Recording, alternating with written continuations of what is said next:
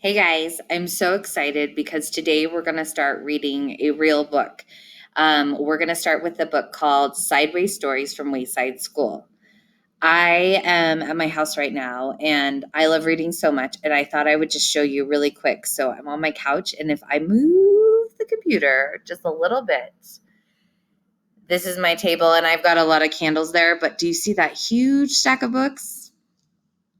I like to read a lot. There are all kinds of different stories in there. There are nonfiction books about teaching and about real people, but there's also a ton of fiction stories. And we're pretty great at knowing what's going to happen in a fiction story. We've been doing it for days now. We've got character setting, the whole plot, all of those story elements, we know them. And so I've picked a book that, if you would like to, you may end the video after a second, and you can go read this on Epic yourself. I assigned it to you if you want to. Otherwise, you can keep listening, and I will read the first story for us. If you're nervous about reading it, don't be, because Epic is really cool. And if you get stuck on any word, if you hover over it and you click it, something.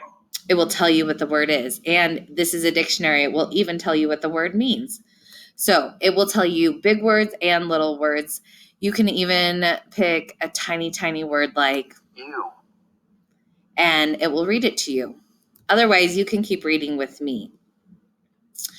I am also going to tell you one thing. So if you go back to the title, it says Sideways Stories from Wayside School. And I thought I would explain one thing to you. So it says, accidentally built sideways and standing 30 stories high. Wayside School has the wackiest classes, especially on the 30th floor. So this school was supposed to be built like this, and instead it was built like this. And when you describe a story, it can be something that you read, like we're going to read a story today, or it can mean the floors in a building. So if you go on the first floor, you're on the ground, and if you go up a floor, you're on the second floor. But you could also say you're on the second story. So story can mean two different things in this book. All right. If you would like to go and read this all by yourself, you can. But know that the secret word for today, you have to tell me what Mrs. Gorf becomes at the end of the story. What does she become? Otherwise, you can keep listening. Make sure to follow along with your eyes. That will make you a better reader. And I'm going to go wait, and I'm going to read the story. Bye. Introduction. This book contains 30 stories about the children and teachers at Wayside School. But before we get to them, there is something you ought to know so that you don't get confused. Wayside School was accidentally built sideways. It was supposed to be only one story high with 30 classrooms all in a row. Instead, it is 30 stories high with one classroom on each story. The builder said he was very sorry. The children at Wayside like having a sideways school. They have an extra large playground. The children and teachers described in this book all go to the class on the top floor. So there are 30 stories from the 30th story of Wayside School. It has been said that these stories are strange and silly. That is probably true. However, when I told stories about you to the children at Wayside, they thought you were strange and silly. That is probably also true. Mrs. Gorf. Mrs. Gorf had a long tongue and pointed ears. She was the meanest teacher in Wayside School. She taught the class on the 30th story. If you children are bad, she warned, or if you answer a problem wrong, I'll wiggle my ears, stick out my tongue, and turn you into apples. Mrs. Gorf didn't like children, but she loved apples. Joe couldn't add. He couldn't even count. But he knew that if he answered a problem wrong, he would be turned into an apple. So he copied from John. He didn't like to cheat, but Mrs. Gorf had never taught him how to add. One day, Mrs. Gorf caught Joe copying John's paper. She wiggled her ears, first her right one, then her left, stuck out her tongue, and turned Joe into an apple. Then she turned John into an apple for letting Joe cheat. Hey, that isn't fair, said Todd. John was only trying to help a friend. Mrs. Gorf wiggled her ears, first the right one, then her left, stuck out her tongue, and turned Todd into an apple. Does anybody else have an opinion? She asked. Nobody said a word. Mrs. Gorf laughed and placed the 3 apples on her desk. Stephen started to cry. He couldn't help it. He was scared. I do not allow crying in the classroom, said Mrs. Gorf. She wiggled her ears, first her right one, then her left, stuck out her tongue, and turned Stephen into an apple. For the rest of the day, the children were absolutely quiet. And when they went home, they were too scared even to talk to their parents. But Joe, John, Todd, and Stephen couldn't go home. Mrs. Gorf just left them on her desk. They were able to talk to each other, but they didn't have much to say. The parents were very worried. They didn't know where their children were. Nobody seemed to know. The next day, Kathy was late for school. As soon as she walked in, Mrs. Gorf turned her into an apple. Paul sneezed in class.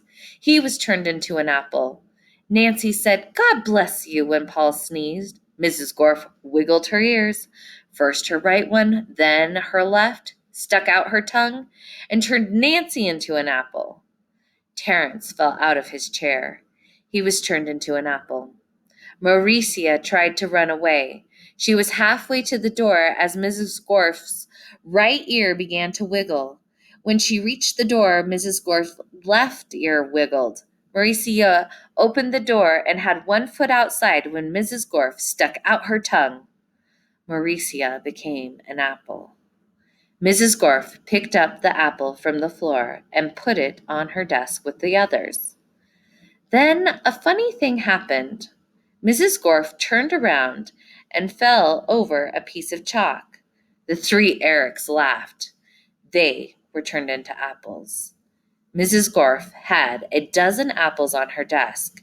Joe, John, Todd, Stephen, Kathy, Paul, Nancy, Terence, Mauricia, and the 3 Erics, Eric's Fry, Eric Bacon, and Eric Ovens. Louis, the yard teacher, walked into the classroom. He had missed the children at recess. He had heard that Mrs. Gorf was a mean teacher, so he came up to investigate. He saw the 12 apples on Mrs. Gorf's desk.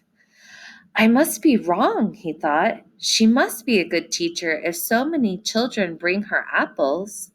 He walked back down to the playground. The next day, a dozen more children were turned into apples.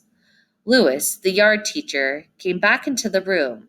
He saw 24 apples on Mrs. Gorf's desk. There were only 3 children left in class.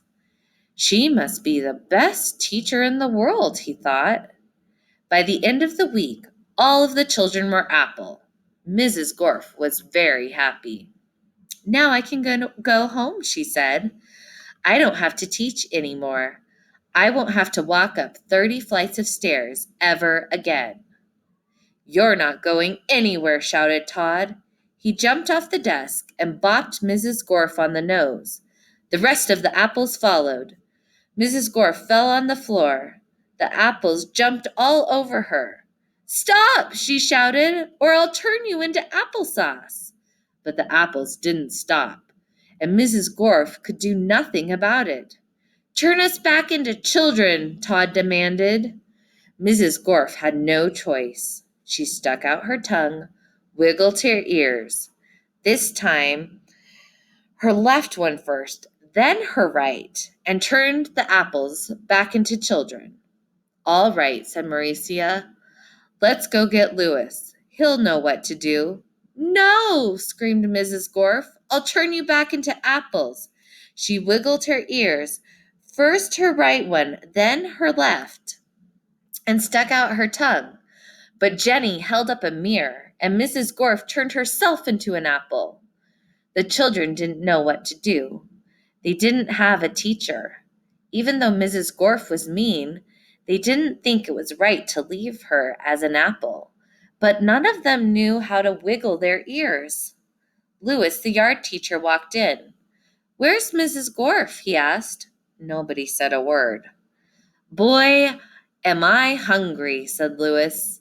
"I don't think Mrs. Gorf would mind if I ate this apple. After all, she always has so many." He picked up the apple, which was really Mrs. Gorf, shined it up on his shirt, and ate it.